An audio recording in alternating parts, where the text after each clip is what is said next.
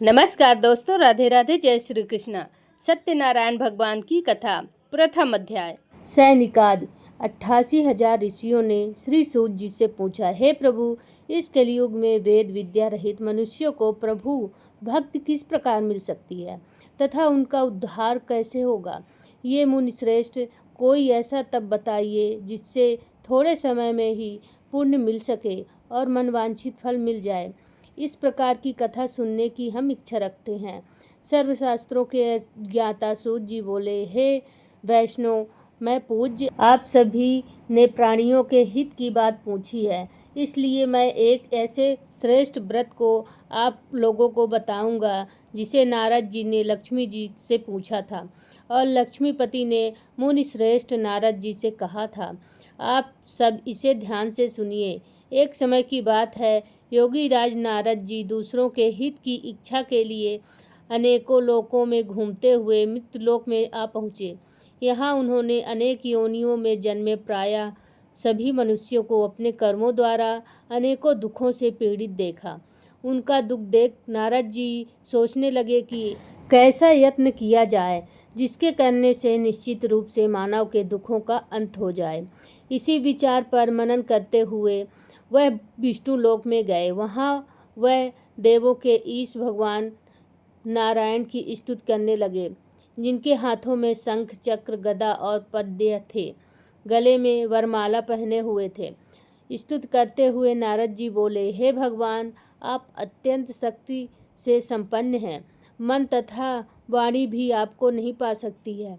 आपका आदि मध्य तथा अंत नहीं है। निर्गुण स्वरूप सृष्टि के कारण भक्तों के दुख को दूर करने वाले आपको मेरा नमस्कार है। नारद जी की स्तुति सुन विष्णु भगवान बोले, हे मुनिश्रेष्ठ, आपके मन में क्या बात है? आप किस काम के लिए पधारे हैं, उसे निसंकोच कहो। इस पर नारद जी बोले कि मृत्युलोक में अनेक योनियों में जन्मे मनुष्य अपने कर्मों के द्वारा अनेकों दुख से दुखी हो रहे हैं। हे नाथ, आप मुझ पर दया रखते हैं तो बताइए कि वो मनुष्य थोड़े समय या प्रयास से ही अपने दुखों से कैसे छुटकारा पा सकें। श्री हरि बोले, हे नारद, मनुष्यों की भलाई के लिए तुमने बहुत अच्छी बात पूछी है, जिसके करने से मनुष्य मोह से छुटकारा पा सकता है। यह बात मैं कहता हूँ, उसे सुनो। स्वर्णलोक व मित्रलोक दोनों में एक दुर्लभ उत्तम व्रत है जो पुण्य देने वाला है। आज प्रेमवश होकर मैं उसे तुमसे कहता हूँ। श्री सत्यनारायण भगवान का यह व्रत अच्छी तरह ध्यान पूर्वक करके मनुष्य तुरंत ही यहाँ सुख भोग कर मरने पर मोक्ष पा सकता है। श्री हरि के वचन सुन नारद जी बोले कि उस व्रत का फल क्या है और उसका विधान क्या है? यह व्रत किसने किया था? इस व्रत को किस दिन करना चाहिए? सभी कुछ विस्तार से बताइए। श्री नारद जी की बात सुनकर श्री हरि बोले, दुख व शोक को दूर करने वाला यह व्रत सभी स्थानों पर विजय दिलाने वाला है। मानव को भक्ति व श्रद्धा के साथ शाम को श्री सत्यनारायण की पूजा धर्म परायण होकर ब्राह्मणों व बंधुओं के साथ करनी चाहिए। भक्ति भाव से ही नैवेद्य केले का फल, घी, दूध और गेहूं का आटा सवाया ले। गेहूं के स्थान पर साठी का आटा, शक्कर तथा गुड़ लेकर वह सभी भक्षण योग्य पदार्थों को मिलाकर भगवान का भोग लगाएं। ब्राह्मणों सहित बंधु बांधवों को भी भोजन कराएं। इसके बाद स्वयं भोजन करें। भजन कीर्तन के साथ भगवान की भक्ति में लीन हो जाएं। इस तरह से सत्यनारायण भगवान का यह व्रत करने पर मनुष्य की सारी इच्छाएं निश्चित रूप से पूरी होती हैं। इस काल अर्थात कलयुग में मृत्युलोक में मोक्ष का यही एक सरल उपाय बताया गया है। इति श्री सत्यनारायण व्रत कथा का प्रथम अध्याय संपूर्ण। श्रीमन्नारायण नारायण नारायण भज मन नारायण नारायण नारायण। श्री सत्यनारायण भगवान की जय हो। श्री सत्यनारायण कथा द्वितीय अध्याय। सूत जी बोले, हे ऋषियों, जिसने पहले समय में इस व्रत को किया था उसका इतिहास कहता हूँ, ध्यान से सुनो। सुंदर काशीपुरी नगरी में एक अत्यंत निर्धन ब्राह्मण रहता था।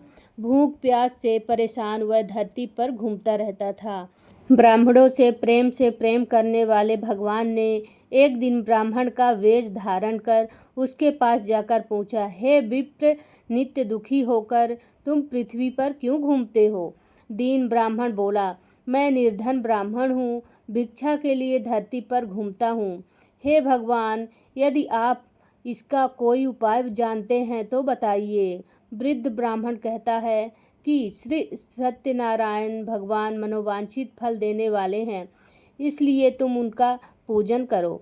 इसे करने से मनुष्य सभी दुखों से मुक्ति हो जाता है। वृद्ध ब्राह्मण बनकर आए सत्यनारायण भगवान उस निर्धन ब्राह्मण को व्रत का सारा विधान बताकर अंतर ध्यान हो गए। ब्राह्मण मन ही मन सोचने लगा कि जिस व्रत को वृद्ध ब्राह्मण करने को कह गया है उसे जरूर करूँगा। यह निश्चित करने के बाद उसे रात में नींद नहीं आई। वह सवेरे उठकर सत्यनारायण भगवान के व्रत का निश्चय कर भिक्षा के लिए चला गया। उस दिन निर्धन ब्राह्मण को भिक्षा में बहुत धन मिला, जिससे उसने बंधु बांधवों के साथ मिलकर श्री सत्यनारायण भगवान का व्रत संपन्न किया। भगवान सत्यनारायण का व्रत संपन्न करने के बाद वह निर्धन ब्राह्मण सभी दुखों से छूट गया और अनेक प्रकार की संपत्तियों से युक्त हो गया। उसी समय से यह ब्राह्मण हर माह इस व्रत को करने लगा। इस तरह से सत्यनारायण भगवान के व्रत को जो मनुष्य करेगा वह सभी प्रकार के पापों से छुटकारा मोक्ष को प्राप्त होगा। जो मनुष्य इस व्रत को करेगा वह भी सभी दुखों से मुक्त हो जाएगा। सूत जी बोले कि इस तरह से नारद जी ने नारायण जी का कहा हुआ श्री सत्यनारायण व्रत को मैंने तुमसे कहा है। हे विप्रो, मैं अब और क्या कहूँ? ऋषि बोले, हे मुनिवर, संसार में उस विप्र से सुनकर और किस किस ने इस व्रत को किया है, हम सब इस बात को सुनना चाहते हैं। इसके लिए हमारे मन में श्रद्धा का भाव है। सूत जी बोले, हे मुनियों, जिस जिसने इस व्रत को किया है वह सब सुनो। एक समय वही विप्र धन व ऐश्वर्य के अनुसार अपने बंधु बांधवों के साथ इस व्रत को करने के लिए तैयार हुआ। उसी समय एक लकड़ी बेचने वाला बूढ़ा आदमी आया और लकड़ियां बाहर रखकर अंदर ब्राह्मण के घर में गया। प्यास से दुखी वह लकड़हारा उनको व्रत करते देख विप्र को नमस्कार कर पूछने लगा कि आप यह क्या कर रहे हैं तथा इसे करने से क्या फल मिलेगा, कृपया मुझे भी बताएं।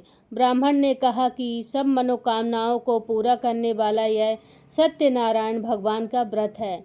इनकी कृपा से ही मेरे घर में धन धान्य आदि की वृद्धि हुई है। विप्र से सत्यनारायण व्रत के बारे में जानकर लकड़हारा बहुत प्रसन्न हुआ। चरणामृत लेकर वह प्रसाद खाने के बाद वह अपने घर गया। लकड़हारे ने अपने मन में संकल्प किया कि आज लकड़ी बेचने से जो धन मिलेगा उसी से सत्यनारायण भगवान का उत्तम व्रत करूंगा। मन में इस विचार को लेकर बूढ़ा आदमी सिर पर लकड़ी रखकर नगर में बेचने गया, जहां धनी लोग ज़्यादा रहते थे। उस नगर में उसे अपनी लकड़ियों का दाम पहले से 4 गुना अधिक मिलता है। बूढ़ा प्रसन्नता के साथ दाम लेकर केले, शक्कर, घी, दूध, दही और गेहूं का आटा ले और सत्यनारायण भगवान के व्रत की अन्य सामग्रियां लेकर अपने घर गया। वहां उसने अपने बंधु बांधवों को बुलाकर विधि विधान से सत्यनारायण भगवान का पूजन और व्रत किया। इस व्रत के प्रभाव से वह बूढ़ा लकड़हारा धन पुत्र आदि से युक्त होकर संसार के समस्त सुख भोग अंतकाल में वैकुंठ धाम चला गया। इति श्री सत्यनारायण व्रत कथा का 2वां अध्याय समाप्त।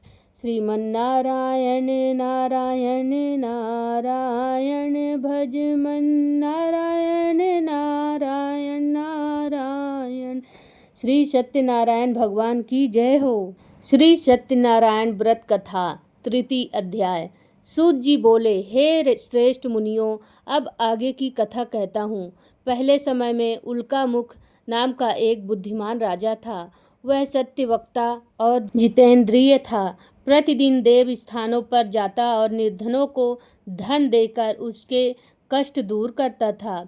उसकी पत्नी कमल के समान मुख वाली तथा सती साध्वी थी। भद्रशिला नदी के तट पर उन दोनों ने श्री सत्यनारायण भगवान का व्रत किया। उसी समय साधु नाम का एक वैश्य आया। उसके पास व्यापार करने के लिए बहुत सा धन भी था। राजा को व्रत करते देखकर वह विनय के साथ पूछने लगा, हे राजन, भक्तिभाव से पूर्ण होकर आप यह क्या कर रहे हैं? मैं सुनने की इच्छा रखता हूँ, तो आप मुझे बताएं। राजा बोला, हे साधु, अपने बंधु बांधुओं के साथ पुत्रादि की प्राप्ति के लिए एक महाशक्तिमान श्री सत्यनारायण भगवान का व्रत व पूजा कर रहा हूँ। राजा के वचन सुन साधु आदर से बोला, हे राजन, मुझे इस व्रत का सारा विधान कहिए। आपके कथनानुसार मैं भी इस व्रत को करूँगा। मेरी भी संतान नहीं है और इस व्रत को करने से निश्चय रूप से मुझे संतान की प्राप्ति होगी। राजा से व्रत का सारा विधान सुन व्यापार से निवृत्त हो वह अपने घर गया। साधु वैश्य ने अपनी पत्नी को संतान देने वाले इस व्रत का वर्णन कह सुनाया और कहा कि जब मेरी संतान होगी तब मैं इस व्रत को करूँगा। साधु ने इस तरह के वचन अपनी पत्नी लीलावती से कहे।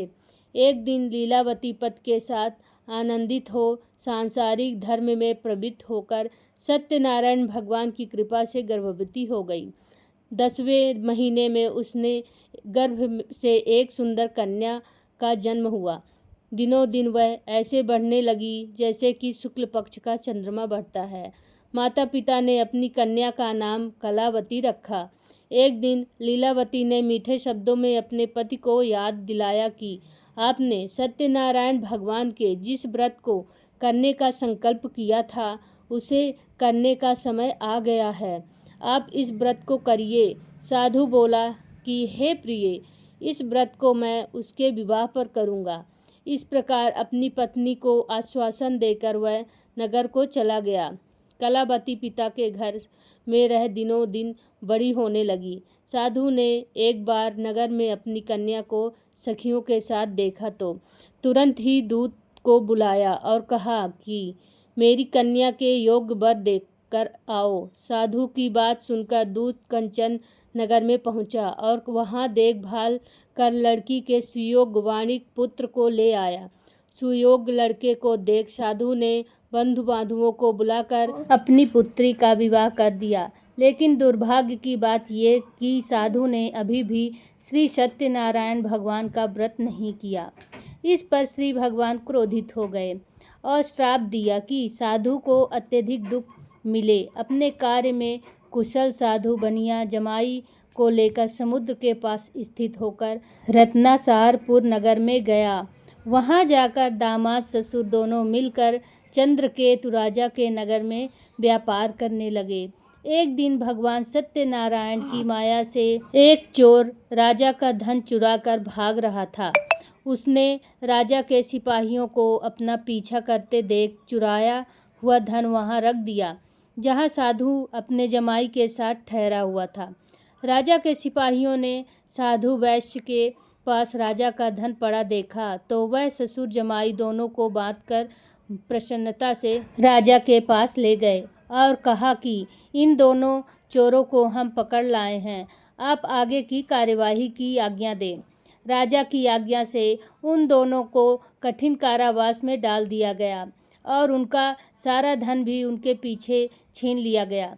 श्री सत्यनारायण भगवान के श्राप से साधु की पत्नी की भी बहुत दुखी रहने लगी। घर में जो धन रखा था उसे चोर चुरा ले गए। शारीरिक तथा मानसिक पीड़ा व भूख प्यास से अति दुखी हो अन्न की चिंता में कलावती एक ब्राह्मण के घर गई। वहां उसने श्री सत्यनारायण भगवान का व्रत होते देखा। फिर कथा भी सुनी। वह प्रसाद ग्रहण कर रात को घर वापस आई। माता ने कलावती से पूछा कि हे पुत्री, अब तक तुम कहाँ थी?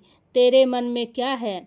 कलावती ने अपनी माता से कहा, हे माता, मैंने एक ब्राह्मण के घर में श्री सत्यनारायण भगवान का व्रत देखा है। कन्या के वचन सुनकर लीलावती भगवान के पूजन की तैयारी करने लगी। लीलावती ने अपने परिवार व बंधुओं सहित सत्यनारायण भगवान का पूजन किया और उसने वर मांगा कि मेरे पति तथा जमाई शीघ्र घर आ जाएं। साथ ही यह भी प्रार्थना की कि हम सब का अपराध क्षमा करें। श्री सत्यनारायण भगवान इस व्रत से संतुष्ट हो गए और राजा चंद्रकेत को सपने में दर्शन देकर कहा, हे राजन, तुम उन दोनों वैश्यों को छोड़ दो और तुमने उनका जो धन लिया है उसे वापस कर दो। अगर तुमने ऐसा नहीं किया तो मैं तुम्हारा धनराज व संतान सभी को नष्ट कर दूंगा। राजा को यह सब कहकर भगवान अंतर्ध्यान हो गए। प्रातःकाल सभा में राजा ने अपना सपना सुनाया। फिर बोले कि वणिक पुत्रों को कैद से मुक्त कर सभा में लाओ। दोनों ने आते ही राजा को प्रणाम किया। राजा मीठी वाणी में बोला, हे महाअनुभवों, भाग्यवश ऐसा कठिन दुख तुम्हें प्राप्त हुआ है, लेकिन अब तुम्हें कोई भय नहीं है। ऐसा कह राजा ने उन दोनों को नए वस्त्र आभूषण भी पहनाए और जितना धन उनका लिया था उससे 2 गुना धन वापस कर दिया। दोनों वैश्य अपने घर को चल दिए। इत श्री सत्यनारायण व्रत कथा का 3रा अध्याय संपूर्णम। श्रीमन्नारायण नारायण हरि हरि, भजे मन नारायण नारायण हरि हरि। श्री सत्यनारायण भगवान की जय हो। श्री सत्यनारायण कथा 4th अध्याय। सूत जी बोले, वैश्य ने मंगलाचार कर अपनी यात्रा आरंभ की और अपने नगर की ओर चल दिए। उनके थोड़ी दूर जाने पर एक दंडी वेशधारी श्री सत्यनारायण ने उनसे पूछा, हे साधु, तेरी नाव में क्या है? अभिवाणी वणिक हंसता हुआ बोला, हे दंडी, आप क्यों पूछते हो? क्या धन लेने की इच्छा है? मेरी नाव में तो बेल व पत्ते भरे हुए हैं। वैश्य के कठोर वचन सुन भगवान बोले, तुम्हारा वचन सत्य हो। दंडी ऐसे वचन कह वहां से दूर चले गए। कुछ दूर जाकर समुद्र के किनारे बैठ गए। दंडी के जाने के बाद साधु वैश्य ने नित्य क्रिया के पश्चात नाव को ऊंची उठते देखकर अचंभा माना और नाव में बेल पत्ते आदि देख वह मूर्छित हो जमीन पर गिर पड़ा।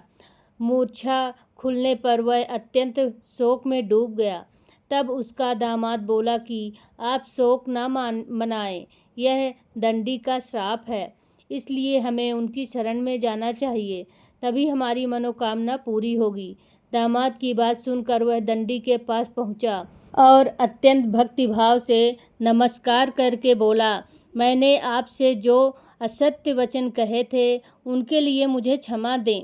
ऐसा कहकर महान शोकातुर रोने लगा।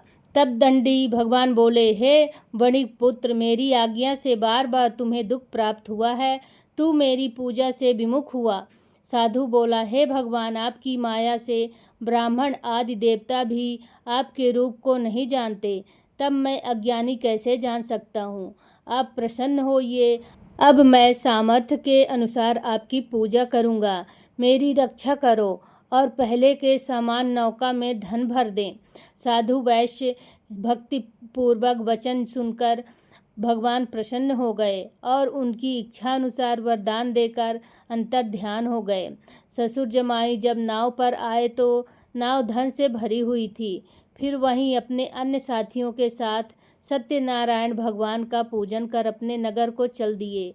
जब नगर के नज़दीक पहुँचे तो दूत को घर पर खबर करने के लिए भेजा। दूत साधु की पत्नी को प्रणाम कर कहता है कि मालिक अपने दामाद सहित नगर के निकट आ गए हैं। दूत की बात सुन साधु की पत्नी लीलावती ने बड़े हर्ष के साथ सत्यनारायण भगवान का पूजन कर अपनी पुत्री कलावती से कहा कि मैं अपने पति के दर्शन को जाती हूँ, तू कार्य पूर्ण कर शीघ्र आना। माता के ऐसे वचन सुन कलावती जल्दी में प्रसाद छोड़ अपने पति के पास चली गई। प्रसाद के अवज्ञा के कारण श्री सत्यनारायण भगवान रुष्ट हो गए और नाव सहित उनके पति को पानी में डुबो दिया। कलावती अपने पति को वहां ना पाकर रोती हुई जमीन पर गिर गई। नौका को डूबता हुआ देख व कन्या को रोता देख साधु दुखी होकर बोला कि हे प्रभु, इससे तथा मेरे परिवार से जो भूल हुई है उसे क्षमा करें। साधु के दीन वचन सुनकर श्री सत्यनारायण भगवान प्रसन्न हो गए और आकाशवाणी हुई, हे साधु, तेरी कन्या मेरे प्रसाद को छोड़कर आई है, इसलिए उसका पति अदृश्य हो गया है। यदि वह घर जाकर प्रसाद खाकर लौटती है तो इसे इसका पति अवश्य मिलेगा। ऐसी आकाशवाणी सुन कलावती घर पहुंचकर प्रसाद ग्रहण करती है और फिर आकर अपने पति के दर्शन करती है। इसके बाद साधु अपने बंधुओं के साथ श्री सत्यनारायण भगवान का विधि विधान से पूजन करता है तथा इस लोक में सुख भोग वह अंत में स्वर्ग को जाता है। इत श्री सत्यनारायण व्रत कथा चतुर्थ अध्याय संपूर्णम। श्रीमन्नारायण नारायण हरि हरि भजमन्नारायण नारायण हरि हरि। श्री सत्यनारायण भगवान की जय हो। श्री सत्यनारायण कथा पंचम अध्याय। सूत जी बोले, हे ऋषियों, मैं एक और भी कथा सुनाता हूँ, उसे भी ध्यानपूर्वक सुनो। प्रजापाल में लीन तुंगध्वज नाम का एक राजा था। उसने भी भगवान का प्रसाद त्याग कर बहुत ही दुख सहन किया। एक बार वन में जाकर वन्य पशुओं को मारकर वह बड़ के पेड़ के नीचे आया। वहां उसने ग्वालों को भक्तिभाव से अपने बंधुओं सहित सत्यनारायण भगवान का पूजन करते देखा। अभिमानवश राजा ने उन्हें देखकर भी पूजा स्थान में नहीं गया और न ही उसने भगवान को नमस्कार किया। ग्वालों ने राजा को प्रसाद दिया, लेकिन उसने वह प्रसाद नहीं खाया और प्रसाद को वहीं छोड़ वह अपने नगर को चला गया। जब वह नगर में पहुंचा तो वहां सब कुछ तहस नहस हुआ पाया तो वह शीघ्र ही समझ गया कि यह सब भगवान ने ही किया है। वह दोबारा ग्वालों के पास पहुंचा और विधि पूर्वक पूजा करके प्रसाद खाया तो श्री सत्यनारायण भगवान की कृपा से सब कुछ पहले जैसा हो गया। दीर्घ काल तक सुख भोगने के बाद मरणोपरांत उसे स्वर्गलोक की प्राप्ति हुई। जो मनुष्य परम दुर्लभ इस व्रत को करेगा तो भगवान सत्यनारायण की अनुकंपा से उसे धन धान्य की प्राप्ति होगी। निर्धन धनी हो जाता है और भय मुक्त हो जाता है। संतानहीन मनुष्य को संतान की सुख मिलती है और सारे मनोरथ पूर्ण होने पर मानव अंतकाल में वैकुंठ धाम को जाता है।